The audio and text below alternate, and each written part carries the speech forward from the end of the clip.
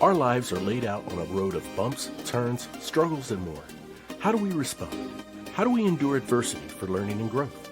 I'm Aubrey Johnson, and we'll explore these questions and more on the road to rediscovery.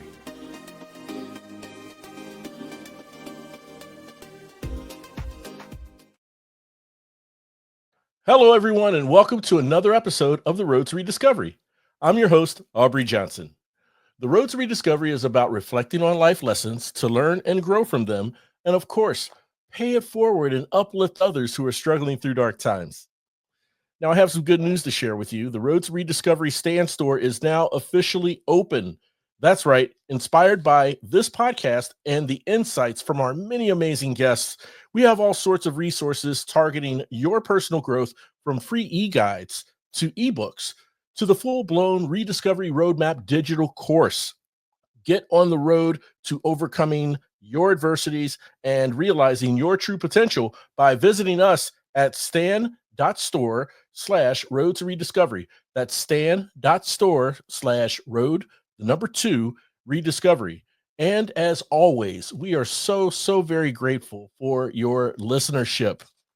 All right, my special guest was an Amazon engineer who reached burnout and over time realized his potential and destiny in becoming a transformation expert and building his elite coaching company, Move.D, where he helps six-figure professionals drop destructive vices such as alcohol, drugs, porn, uh, gambling, all sorts of things, and hustle culture as well. We're going to dig into that.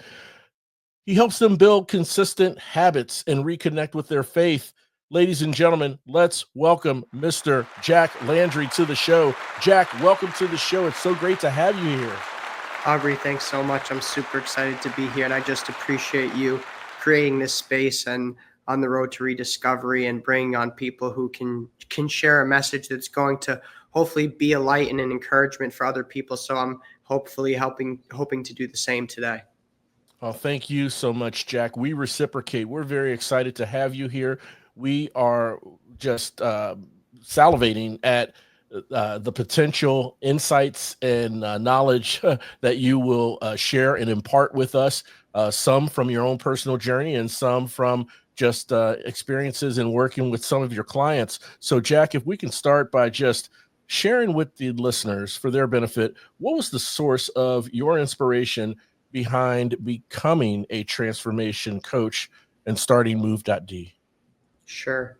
Yeah, one of the great things about transformation is leadership, and I've been able to step into that role. So I just actually want to create an opportunity for your audience. And I first want to say once again, Aubrey, thank you so much for creating this space and this platform, because I was once in a place where I felt like I wasn't sure where I wanted to go, and there may not have been hope for me. So just even in the word rediscovering, that's exactly what you're doing.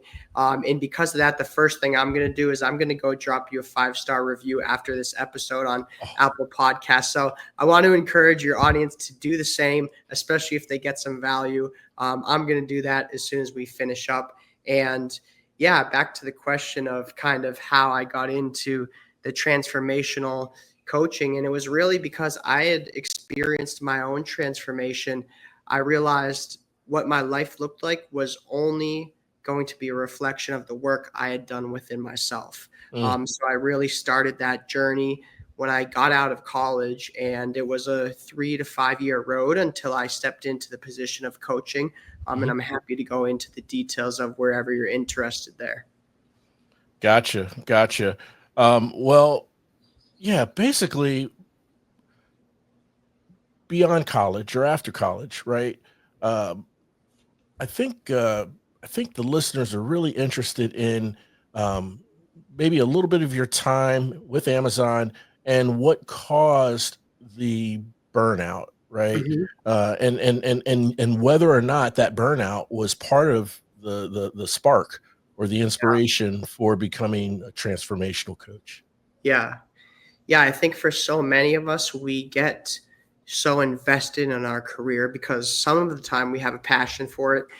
At that time for me, I enjoyed the building aspect of what I was doing, software engineering, architecting, coming up with the final vision and putting the pipes together. I didn't really enjoy the hands-on work.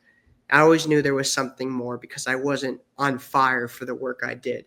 But regardless, we still get invested in what we do, largely because this is what brings food to the table. It's how we survive. So Right. it ends up taking up so much of our time. And when I was looking around while I was at Amazon, it felt very competitive, but not in a team way. It felt like I was competing one on one versus every other person within the company.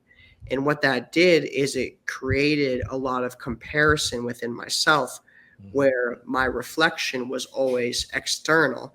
And regardless of where we are, we could be making the most money possible in the best shape possible, have incredible relationships. There's always somebody who we could say is doing better than us or who's doing it different than us. Yeah. So I found myself in this cycle of constantly feeling like I didn't measure up. And then in that same breath, I continued to set this bar for myself, this hypothetical bar that I was never reaching. So I always felt inadequate. I was always asking myself, am I doing enough? And because of that, I had a lot of anxiety around work because I did want to perform and I was showing up and I was working hard. But even then, I still didn't feel like I was enough. And got to a point where I knew there was a version of me that could show up and could go to sleep at the end of the night and feel confident in the day I just had. And that is kind of where I started seeking to develop the mindset, to develop the habits and the routines and the skills to not only do something I was more passionate about, but also do something and show up in a way day to day where I felt okay with how I was showing up and I was confident and secure in the individual I was showing up as every day. So that was kind of the beginning of me realizing the burnout was actually seeing that a lot of this burnout is coming from the competition and the comparison that I'm finding around me. And really, what I need to do is look within me. Oh, 1,000%, 1,000%, Jack. I mean, we had a past episode years ago called comparative thinking, and just just the detriment and some of the damage that does and that we do to ourselves. But in a lot of cases, you know, uh, we think we're doing it, or people think we're doing it to ourselves, but sometimes the environment can kind of foster or create that way of thinking, right? Like you said, in that work environment you had there, it was like you against the others. And then you start to think about, feeling inadequate and anxious, and whether or not you measured up. And then I would imagine, I'm just guessing, uh, some degree of imposter syndrome kind of trickles in, right? Definitely.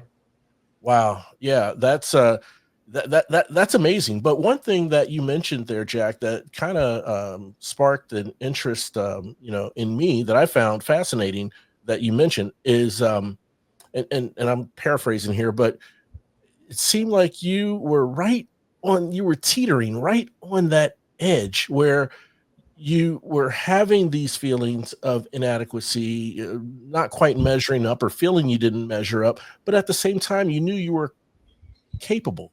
You knew that you do show up. You acknowledge that you do work hard, and so, just being right on that teetering edge of the fence, just taking the action to jump on the side of self empowerment, the side of self esteem, the side of building, self respect, and removing those toxic thoughts. And it sounds like you took that plunge by leaving the company. Is that accurate, or? Yeah, actually, kind of the trigger point for me was I got to the place where it was time for a promotion. And actually, their process internally at Amazon is you have to write your own promotion letter, Yeah, which results in you having to get connected with multiple different people, having them write you letters. yeah, You have to do a lot of work yourself. And I was at a point, like you said, I did have that confidence in myself, but really the inadequacy I was creating that within myself as well. Hmm. And I was like, I don't feel like I need to prove my worth to anybody necessarily, right? The way Right. I prove my worth is I show up and I Yes. provide value and I serve every single day. And that's what I had been doing at that company. So I told myself I'm going to go somewhere else and have more value come into me with a higher paycheck and something that I enjoy doing more. And Right. I'm going to provide my value to a company that's willing to see that, and that doesn't really ask me to prove it a second time. So that was kind of my initial spark where I was like, all right, instead of writing my promotion letter over a period of 4 months, I'm just going to go and get a promotion somewhere else. And that's what I did. And that's where I first entered into the self-employed workspace and went and worked for myself and ended up taking on a big contract. And that's when I started my first business, doing consulting work. And once again, that was something where people were like, are you sure you want to leave corporate? Because if you leave corporate, that's going to put a bad mark on your resume. And once again, people had opinions about what was best, but I had a strong conviction that there was a good opportunity for me. So I took that leap of faith and knew that as long as I showed up for it, then the opportunity would present me with something good. That's a tremendous amount of faith as well, right? I mean, you focus on taking care of one thing, which is in your control, the things and elements that you can control, and having the faith in yourself, the faith in, in your creator, the think of, your faith in God, that everything else will fall into place as long as you're obedient, as long as you show up, as long as you do your best. Everyone wants to do the best they possibly can. Everyone wants to provide for their family. You want to put food on the table, and you should, to your point, only have to prove yourself one time, not in some letter that you write hyping yourself up, but Yeah, in the true work that matters and moves the business, right?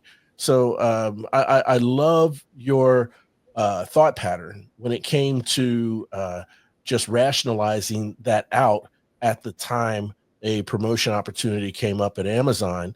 And who would have known, like yeah, a promotion opportunity that comes up there is really the springboard to what you're doing now. yeah.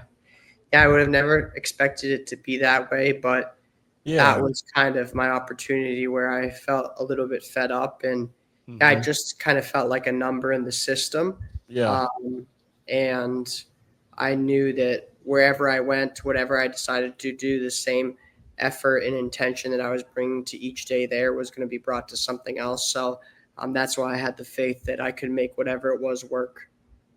Man, that's great. That's fantastic, Jack. I'm so happy for you. And so now and I want to thank you for giving us a glimpse into your journey, Sure. okay, and what inspired you to take that plunge and to take that leap and lead you to where you are today. So now I want to talk a little bit about your work that you do with high achieving men who go through a number of stressors and stress factors, whether they are running a multi-million or multi-billion dollar company, and they have a family they're providing for at home, and they have a series of just other issues in other areas, and different things that they need to tend to, trying to keep all those balls up in the air and be the consultant for them in helping them be the most optimal person they can to to perform keeping the balls in the air, so to speak. So the first question I want to ask you is regarding, just if you've detected a pattern in some of the habits or vices they fell into, okay. And then after that, we're going to talk about just some of the healthy ways that we can, put those vices aside or Yeah. substitute them for something. So, wanted to just ask you here, when people from all walks of life, we all have vices, right? And that's just the human truth, I guess. But for high achieving men in their field, who are quite successful, is there a common trend as to why men resort to these specific vices, right? The alcohol, the drugs, the porn, and even hustle culture, which I want to touch on here Mm. in a little bit. I mean, do they feel that at their level that there's really no one they can who can relate to them and what they're feeling and going through? So to blow off steam, it's vices like these. What's the rhyme or reason for them resorting to these specific vices versus something else? Yeah. Yeah, it's a great question, and I appreciate you creating this space to have kind of this intimate conversation on a challenging topic. But these type of vices, typically the cause is a desire to escape, and that comes from a lack of fullness, not feeling whole in the person's entire life. And Hmm. I talk about my own situation for a second because I was there, and it was coming out of college in my first job where I was making good money working for a company, Fidelity Investments, had a great career path going, was in okay shape, but really I knew like I had so much more potential, and I wasn't super motivated. I was lacking a little bit of the discipline, and it was kind of the work hard, play hard life Yeah. that I was Oh my living. gosh. Yes. Nine to Yes. five, and then on the weekends I would go out, Yeah. drink, be blackout, Yep. smoking weed. Yep. Had a desire for an incredible wife, which praise God I do have now. But at that point, like I was chasing hookups and using porn as an escape or a way to fill my loneliness. So Right. really when you look at success, you have to define it from this holistic perspective, because you could be making $1 million+ a year, but if your body is not in good shape, if you have a lot of anxiety and stress, you're always overwhelmed, constantly quick to anger, then you're going to have this lack of fulfillment, this lack of purpose and feeling full.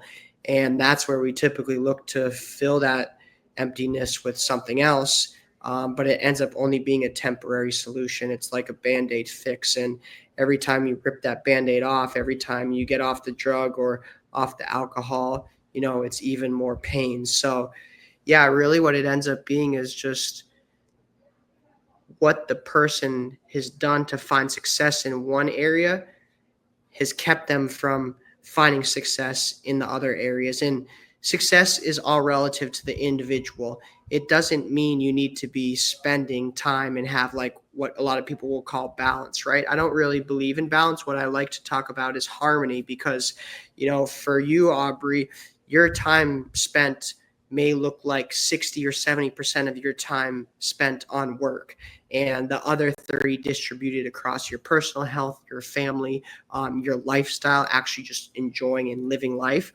So for each person, they need to find what that harmony looks like, because the physical body is going to support a healthy mind. A healthy mind is going to put you in a place where you are able to have a relationship with God, where you are able to have good relationships with your family, with your friends, with your colleagues at work. It's also, a lot of people don't think this way because they're just like, I'm just going to work harder. But realistically, your body and mind being in a good place is going to put you in a place where you have more creativity, you have more enthusiasm, focus, and energy when it does come to that thing that often is pulling people away from the other areas of life, which is their career. And when that career is so demanding, that makes them fall into the vices because the other areas are empty. So, yeah, it's really looking at like, where am I neglecting myself, and trying to figure out how do I slowly, day by day, pour a little bit of time and energy into those areas, set a firm foundation, so that I have more of a sense of fullness and purpose with what I'm doing. I see. I see. So, in what you were explaining there, Jack, it sounds like some of the things and vices that these high qualified, high achieving men may resort to, while they may appear on the surface as as a way to blow off steam or taking a break, it's really kind of countering the effort and work that they're doing in the waking hours, so to speak, in building this empire, in building their business, in building the fortune for their family, in building a legacy for their children, and these sorts of things, right? And it's just, it sounds like there needs to be a mindset shift for these men to come to that realization and see what more possibilities are at their disposal by letting this go, giving this up, and that sort of things. Is that what you were pretty much talking Yeah. about there?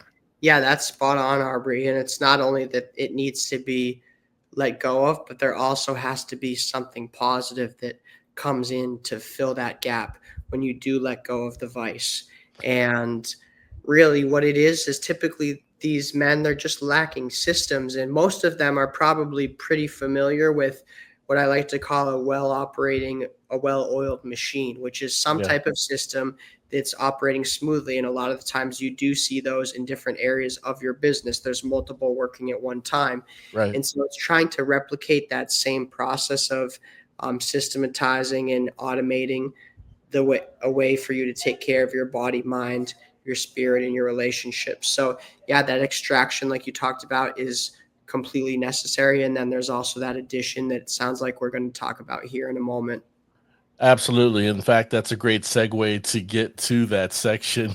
And but I wanted to quickly ask before we go to that portion, Yeah. Jack, is I have this sneaking suspicious feeling that um in the world of vices that these men may resort to, one vice can kind of lead into another as they repeatedly commit, right? I would Mhm. think one, for example, would be if alcohol or booze is one, and they're they're getting into that, or that's they're blowing off steam, then the booze alters the mind, and it may alter the mind to the point where I don't know, you're looking for prostitutes or you are going for porn or trying to find a hookup or something like Mhm. that.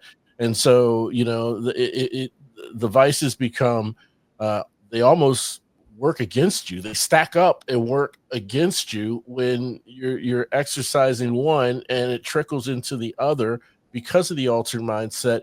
And it's just a slippery slope from there, it sounds like. So, Yeah. yeah, so in the work that you do, Jack, I have to commend you because in more than just introducing systems and methods and tools in how to make healthy choices in ways of blowing off steam for these high achieving men, um, there has to be some degree of a mindset shift Mhm. or a behavior shift that you have to kind of help navigate the waters with them through.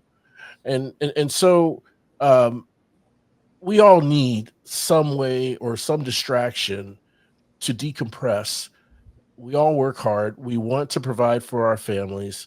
Depending on most companies, corporate America or wherever, even if you're self-employed, we must always allow ourselves some time for personal time, right? Family, vacations, just time to decompress so we can be our best selves when we are working and serving. Um, what are some of the healthy distractions for men that you walk them through to help them reset and refresh? And in addition to that, Jack, if you can also give us an example of just how you help them in that mindset shift of of freeing themselves from this vice, whatever it is, Yeah. because I think in their minds at that time it's counterintuitive. They're like, no, this is what I need to relax for a break, Yeah. when really it has a hold on them, and freeing them of it will cause more opportunity, not less. Yeah. Yeah. That's great. And I think the beginning of it, like you said, we can put systems in place and programs and all that, but there's a deeper cause that we first need to get to Mhm. the root of. And the problem really isn't even the vice. The problem is the emotion that's causing the person to fall to using the vice. I see. And so it starts with first just an acknowledgement of this is where I am. This is the issue that I'm having and how it's expressing itself, how it's manifesting. and then identifying and acknowledging and accepting the root of the problem, which, maybe it's a lack of confidence. For a lot of men, they have confidence in what they're doing with their job, but they don't have confidence in other areas of their image and who they are. So when they're out at a social hour, their first thing they do is they order a drink, because after a couple, that gives them the confidence to socialize like they Yeah. would. So Yeah. it's not the alcohol that's the problem, it's the insecurity. And as we dig down the levels of what the emotional problem is, we get to it. Like, is it um, because maybe it can stem back to childhood, like never Right. got validation as a child. Sometimes it's just a physical appearance thing. So it's really first doing that work to like understand where are we at from an emotional standpoint, and then getting the person to a place of either believing that there's a place that is better and painting that picture, Mhm. or having a desire for that place, because sometimes they don't believe it's better. And sometimes they don't actually desire it either. So it's like, if I don't desire it, I have to at least believe it's better. And if I don't believe it's better, there has to be a desire for something better. And one of those two has to act as almost our spark, our motivation to start doing something new. And so really, when we go to the healthy habits that you're talking about, the most important thing, and I do this with all my one-on-one clients, is we kind of put together what I call a morning momentum blueprint, because your morning, that sets the tone for the rest of your day. Mhm. And this should be your undisrupted time, because Mhm. what it's letting you do is it's letting you get grounded. Mhm. If you do it right and you stay off your phone, you stay off your laptop, you don't engage in work, then you're able to get to a place where you have peace and you have clarity and vision on what's coming ahead today. You also should be able to do something for yourself. So whether it's as simple as go out for a walk or read 10 pages of a book or get in a workout, like something to prime your body and mind to feel good, to feel energized to take on the day. So yeah, really getting to a place where you prime your body, mind, and spirit to start the day. And I do that with all my guys. And actually, I'll talk about how anybody who's interested in doing that with me, kind of walking through their morning right now, figuring out how we can improve that and kind of set them up for a more successful day. I'll Mhm. talk about how we can do that at the end of the episode. But that's kind of the first part. And then I do see it as this pyramid where the physical body is at the bottom, the mind comes second, and then everything else, your spiritual beliefs, your relationships, your career comes on top of that. So, figuring out ways to nurture our physical body, and once again, fitting that to your life, right? It's hard to take your life and try to jam that into like a new program or a new system. But what we like to do is build a system around your life, and just to get your body moving, and also start to do some of the reflection, depending on who it is, some of the reflection to understand, like, why am I maybe feeling tempted to go out and drink at the bar tonight or to go gamble, and start to become aware of the triggers. So, yeah, setting a couple things in place where you're nurturing your body through movement, but also healthy nutrition. Because that's going to put you in a place where like your energy, your focus, your clarity is going to be elevated, your mood as well. And then with that physical body being in a good place, let's figure out some ways to take care of your mind, whether it's like a journaling or a meditation, Mhm. or a restorative walk, getting out in the morning or the evening. Unplugging from all the distractions that we do have is really powerful. So yeah, those are a handful of ways, kind of some of the foundational stuff that I like to do. And then there's other ways to like get into the accountability and tracking and the systems behind, like, how do we remove a vice from somebody's life. Like, Yeah. for example, I have a guy who I'm working with at the moment. We're getting him off nicotine, and it's been kind of what I call an exponential back off approach, where we're basically just week to week slowly decreasing the amount that he's using. And Right. it sounds like a simple process at surface level, but like you talked about, Aubrey, like we need to get to that real root cause, Right. because if we don't understand what's leading us to want to use or to want to escape our current reality, then we're never going to be able to actually follow the positive thing that we add to our life. That's exactly right. And yeah, that root cause is what needs to be discovered or rediscovered, in what it is. That's what needs to be addressed, and not what appears to be the visual superficial cause, which is basically a coping mechanism or a response to the root cause that that individual is doing. So yeah, I'm in full agreement with you, Jack. I want to thank you for kind of clarifying just what you look at and the layers that you peel in working with your clients, and just the simple fact that, man, when you work on your body, and the outside part of you with a good workout routine, a walk, maybe lift some weights, maybe stretches, meditation, there's a chemical reaction that happens with inside of you that really starts to clear some toxins in your mind, in the way you think about things and perspectives, and reframing that just slowly starts to happen as long as you keep it as a habit, right? And so Mhm. that really starts to, I think it becomes a noticeable change of the man himself, you know. Oh, yeah. Yeah, I think it totally does. And there's one thing you mentioned, and I'm going to kind of segue, and we can talk about this later in the episode if you like, or you can speak to it now. I think you spoke mostly to it, regarding the morning routines and morning rituals. Okay, I'm going to kind of selfishly ask you this question, Jack, because as my listeners know, I am not a morning person, and so I think one of the reasons why I'm not a morning person, I appreciate and I respect mornings.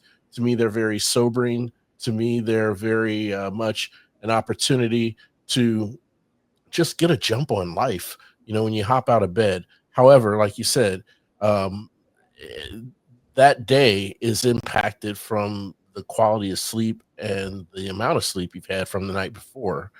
And I think I'm not a morning person because I am a night owl. Oh, And yeah. yeah, and being a night owl, to be with family and everything during the day and the waking hours, I want to be present. I want to be with them. But when everyone goes to sleep, I stay up and I do things like editing episodes and marketing and connecting with potential guests and clients and all this sort of thing, right?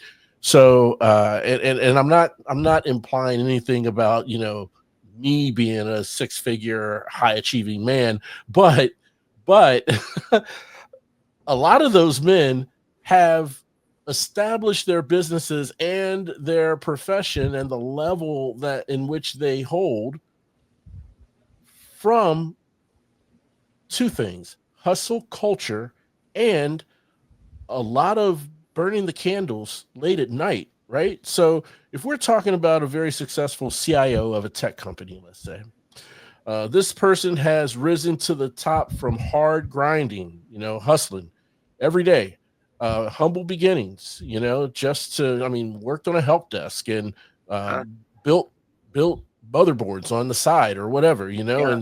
and then countless late nights burning the candles, doing that stuff on the side while working, so they can get to the level in which they are today. And so now, you know, they're working with you to coach and to help build and adapt a morning routine. There has to be a way. To your point, you said, there, it has to fit into their lifestyle, right? They can't just take their life and jam it in, like you Right. mentioned. But is there a way? Is it possible to build and adapt a morning routine for that person, not only so that they are the most optimal and have a great positive mindset, but also assures to them, after so many years of having these late night habits, assures to them that there's no decline in productivity or decline in just the state of their business. Yeah. Yeah, I think that's an incredible question. And ultimately, the person is only going to be able to evaluate whether or not this brings value to them if they actually implement it Yes. and let it run its course. So, that's the first thing is, anybody who's a top performer has to have a mindset, and this probably got them to that place, which is I constantly have to learn, to evolve, and to grow to become better, because Yes. they're at the place that they are for a reason. And what got them there was not staying the same. So if I can realize that, then anything that can help me perform even better and do it with more energy left for myself and potentially more time for myself, I should be interested in that. So, what we're going to look at first is your schedule and figure out where would this actually fit from a time perspective. What does that time increment look like? What's going to work in a sense that it empowers you and it doesn't take away from the other stuff that you're doing? Right. And then hopefully we can also look at, are there areas where there is distraction? So, if you're doing 2, 3 hours of work in the morning before interacting with anybody in your office, really, what is the quality of that work like? Are you checking emails? Are you on the phone? Are you going back and forth? Or are you truly just focused on deep work? Because Yeah. there's this old belief in hustle culture that it's about the hours that I put in, but really it's not. If you read No. the book by Cal Newport, he talks about the concept of deep work, and it's how productive can I be in this segment when I remove all distractions. And Right. when I started implementing that in my own life, what I could do in a 4 hour period for a lot of days was more work than I would do in an entire 8 hour workday. So it's Mhm. just being intentional with their time.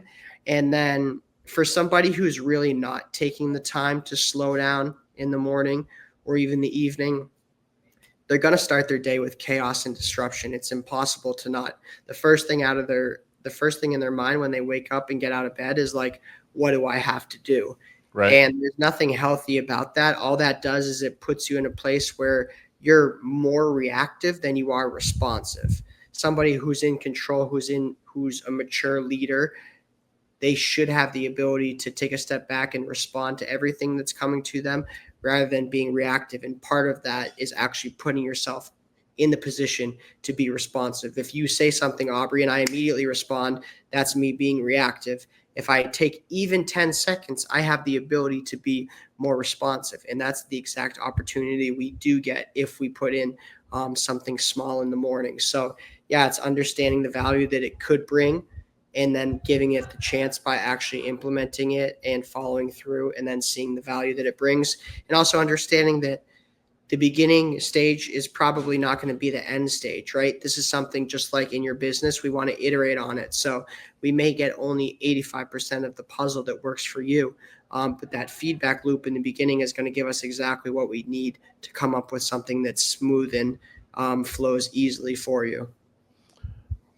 Right, exactly. It's going to be iterative, right? And until it's tailored in such a way that works for you. And so it sounds like you introduced to these high achievers that, hey, there is a way that you can have this. There is a way you can wake up ready to attack the day and prepared and optimal in your mind, in your mindset, in your body, and still be productive. In fact, be more productive Yeah. while putting away or substituting those late night work, as you know, as it's defined, whether it's deep work or just filler like responding to emails, replacing that with sleep and find yourself not only more optimal but also more productive, and you're achieving more than you did the prior way. So introducing that possibility to them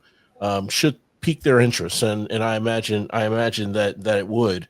So with that said, Jack, is there such a thing as, I mean, there is such a thing as hustle culture, but if that work that you're doing in those extra hours, whether it's a second job or whether it's a side thing you're trying to stand up on your own, if that's deep work to that's iterative each night to get to that point, um is that a legitimate hustle? I mean, or is there a justification for having a hustle? I mean, I guess the connotation that society brings when it comes to hustle is someone who is just full of energy. They're on fire. They are they're motivated. They're inspired. And so forth. And when you peel the layers of that person, it may be something otherwise. You know, but um, the connotation of hustle culture leads people to think, oh man, they're on fire. They have all kinds of energy. How do they even get the energy to do that? They're up all night, blah blah blah. Yeah. Yeah. So what are your thoughts on that hustle? Is it needed? Is there such a thing? And what I mean is this, Jack. Um, is it a is it a misconception? I guess because in my mind, an example of a misconception is multitasking. I don't believe in multitasking. I don't think there's a such thing as multitasking. I mean, basically, if we really focus on one thing at a time, the lesser focused item takes a back seat, right? It suffers. So you're not really multitasking. To me, that's a misconception. Um, um, in relation to that, I mean, where do you stand with hustle culture? Yeah, I agree with you on the multitasking for sure. And I do believe that there are periods and seasons Mhm, where you're in a grind and you have to work hard and mhm, you can't just pull off a 9 to 5, 40 hours a work week.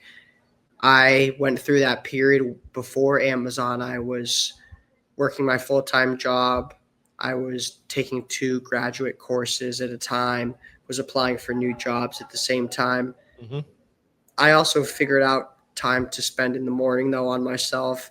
I was still in the gym. I was still taking care of my nutrition. And I would attribute my ability to do all of that, perform in my job, get a promotion within that job, perform in graduate school, and interview and get multiple different job offers. I would attribute that to the ability to still pour into these other areas of my life. Mm, But there will be times in your life where, yeah, your hustle needs to be there depending on what your goals are. okay. Um, it's just not something that's sustainable over a long period of time. And the misconception is that hustle is going to get you to where you want to be faster, but a lot of the time it's actually holding you back because what you can do on 8 hours of sleep versus 5 hours of sleep in 2 hours of extra work the night before is 10 times better than what you did prior with the couple extra hours in the evening and then the lack of sleep rolling into the day. So, yeah, it's really working on being optimal and working smarter, not harder. Sure, the hours and the effort put in matter, and there's periods of our life where that needs to be extended, and um, we do have to take away from areas of life, like comes back to that harmony that I talked about at the beginning. Right. Maybe Right. you're spending 10% of your time on your physical body on a regular week. Maybe things need to ramp up, you need to get a new product out the door, or you're working on that side business. I was in that same place too while I was building my coaching business, working 40 hours a week, building the coaching business on the side. So maybe those workouts that were originally like an hour a day, those are down to 30 minutes. So, Right. yeah, it's also that iterative process falls into play. You can't completely neglect everything though. But yeah, Right. Right. there, No, you there can't. are seasons you can, but it's only going to last for a short amount of time. Yeah. And the results they're gonna diminish because your level of output, you're never going to be able to sustain that Right. for every season of life. So yeah, it's like how can you actually sustain your highest level of output? And typically these other areas of life need to be at least considered for you to get there. Yeah. No, that makes all kinds of sense. And yeah, no, you can't just neglect and just put your hands up uh, and say I'm doing nothing for a while. It is not sustainable. And yeah, I mean, over time, I think we find ourselves kind of adjusting the percentages. I don't know. I kind of equate it to my mixing board here. So Oh each of yeah. my mixing board has, like, these dials that go up and down, right? And you push them up, push them down, 100% top, 0% bottom, and one of them could be labeled working out. The other can be labeled family. The other labeled work, Real good. right? And as time goes on, you may have, like, in my 20s, I was in the gym like 4 days a week for 2.5 hours. But as I get older, other parts of life and facets of life set in. I have to take that adjuster on that mixing board that says gym, kick that down a few notches, right? So Mhm. yeah, but not to get rid of altogether, but just Right. kick it down, right? So and I Yeah. think that's just one of the realities of life as we go through and get older and become more comfortable in who we are and in what elements of our life requires our most attention, and we gain the wisdom as we get older in what is prioritized, right? And we can't get wiser and develop and discover what's prioritized by following bad vices. Sure, we're getting older, but we're following bad vices. So where's that Yeah. wisdom in there, right? So Right. yeah, so I think I'm very much on board with what you're saying here in how we get to a safer, healthier alternatives for developing habits, good choices, and optimizing ourselves for a clearer mind, more energy, better sleep, and just an overall better lifestyle. This is Mhm. absolutely tremendous, Jack. Finally, I wanted to ask you: men have the propensity to suffer in silence when it comes to certain things, and it could be for a variety of reasons. It could be pride, it could be fear of appearing vulnerable. It could be embarrassment. So suffering in silence with whatever vice that has a hold on them, or suffering in silence with whatever they're going through that's making themselves feel vulnerable. um I find this to be quite the consistency in men from generation to generation to generation. However, I do believe over the past 20 years or so, men are becoming more open minded and receiving to um, to mental health, and to opening up, and to admitting they need help, and that sort of thing. So do you think there's a shift that has been happening, that can help more men of all walks of life, um, to adapt these healthy choices and habits, to where it becomes it becomes more of a it becomes more the rule than the exception of men Yeah. coming together and talking. Yeah, that's a really powerful statement, Aubrey, and I appreciate you saying it. And there's so much truth to it. And I've seen it myself. So I'll be 30 this year. And even growing up, kind of the culture around manhood was we're men, we're not supposed to cry, we're not really Yeah, supposed to have emotions. yeah, And I started to understand all of my emotional problems, which were like anxiety. I struggled a lot with insecurity. mhm, And I realized the first problem that I had to address was my emotions within myself. I hadn't even acknowledged and accepted my own emotions. And that was the number one step to healing and living in true freedom, true confidence, not right, living in anxiety. So when I started to dive into that side of mental health, I started to realize, wow, actually, a powerful man is one who is in tune with, understands, and can express his emotions, and then yes, can create a vulnerable space for other men, and there's so much power and vulnerability. And I was in that exact place that you talked about, where I did suffer in silence. Because a little story for the audience, the way I grew up, I had incredible parents, and I was the oldest of six. They always taught us we were capable of getting A's. So basically, we all got A's. And if we weren't getting A's, there was a case here and there where, like, it made sense why we weren't. But for the most part, it was more of an effort issue. Hmm. And what that showed me was, if I had a vision and a goal, I was capable of setting my mind to it and achieving it if I showed up and put in the time and effort. Right. And so when I grew up and got into adulthood, into the working world, that was my mindset towards everything else. I was like, if I'm not there, all I have to do is work harder, acquire more knowledge, or put in more time and effort. And then I got to a point where I looked at some of the top performers in every single area. I'm from Massachusetts and played football my whole life, so I like to use Tom Brady. Look at top performers in business and athletics. And if you look at those guys, they're surrounded by the best of the best, all the best mentors and coaches. Especially as they get older and they get better, they have even more mentors around them and even better mentors around them. So that's when I kind of made this shift into, there's so many people who have already walked the path that I want to walk and who can Right. help me. Right. And actually what it does is it's showing power and strength on my end for me to say, from a position of humility, I'm not there yet right now, and that's okay. Hmm. But I'm going to acknowledge that, and I'm also going to put myself where I'm willing to ask for and accept help. And that's when I first started investing in myself.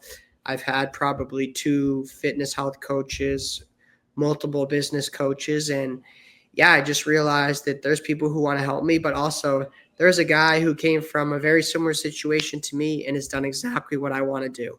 And it's just stubbornness and insecurity, pride, arrogance, ego that are keeping me from reaching out and getting that help. So once I made that switch, it's just not only built so many more relationships and just surrounded me with powerful men in community, but it's also 10x my growth, my maturity and development in so many areas.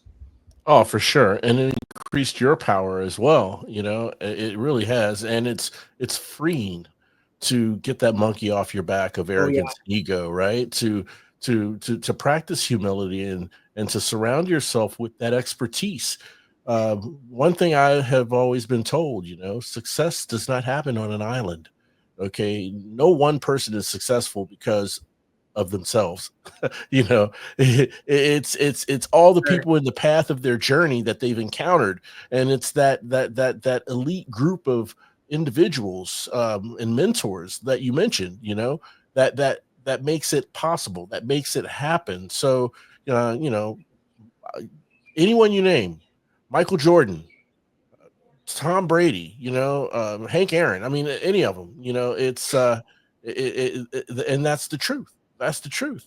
Mhm. So, oh man, this is fabulous, Jack. How can the listeners contact you or get in connection with you or learn more about the great work that you're doing in just transforming the lives of such high achieving, successful men? Yeah. Yeah. I just want to thank you again, Aubrey, for creating this space and for the rediscovery aspect of it, especially because there's a lot of us, I've been there, we feel down now, we feel discouraged, we feel lost. And this is the exact spark that people need. I needed at a point in my life.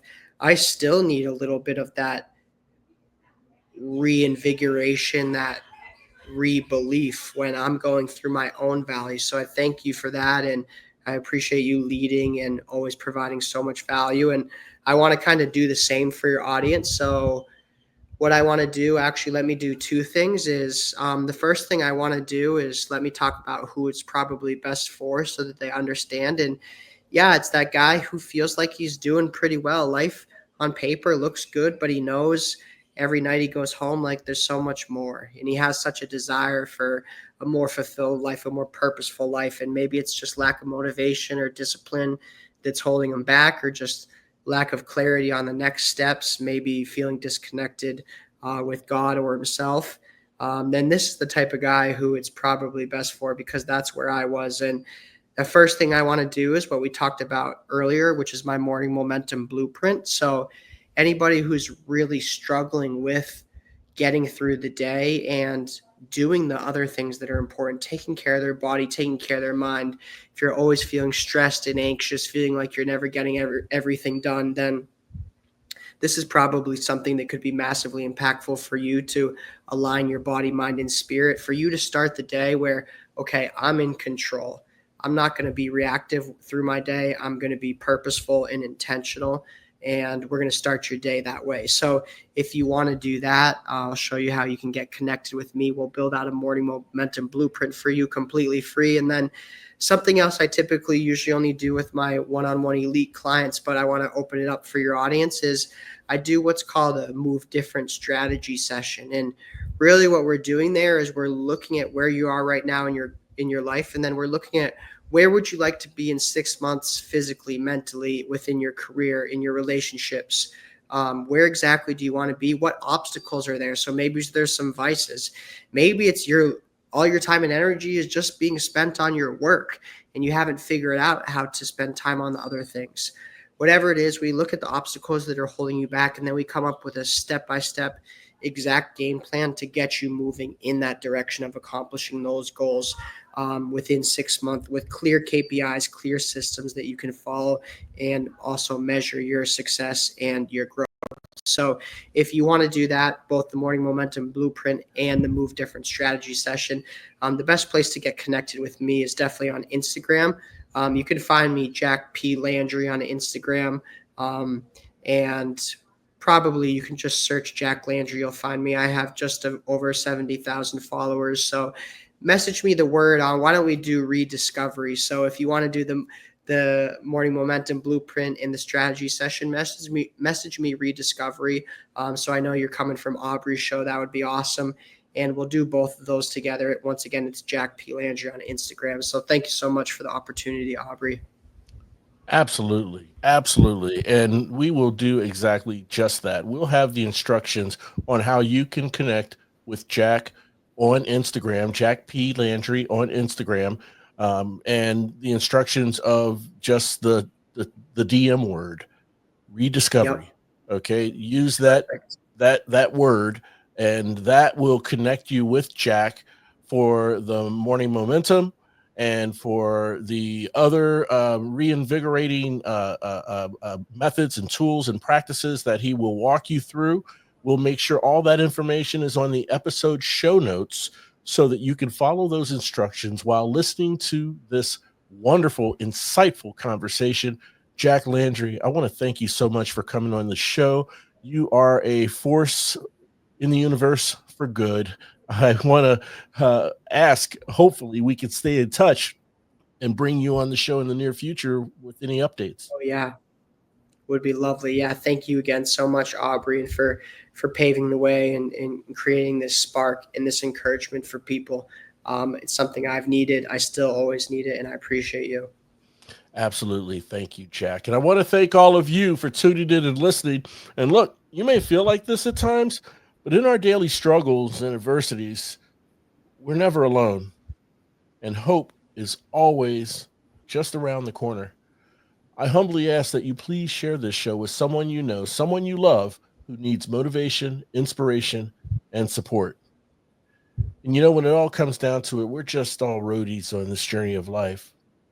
But it sure feels good having you on the road with me. Thanks again for listening. We'll chat again soon. We really hope you enjoyed this episode of The Road to Rediscovery. We'd love to hear from you. Shoot us an email at roadtorediscoverypodcast@gmail.com and leave us any questions or comments you may have.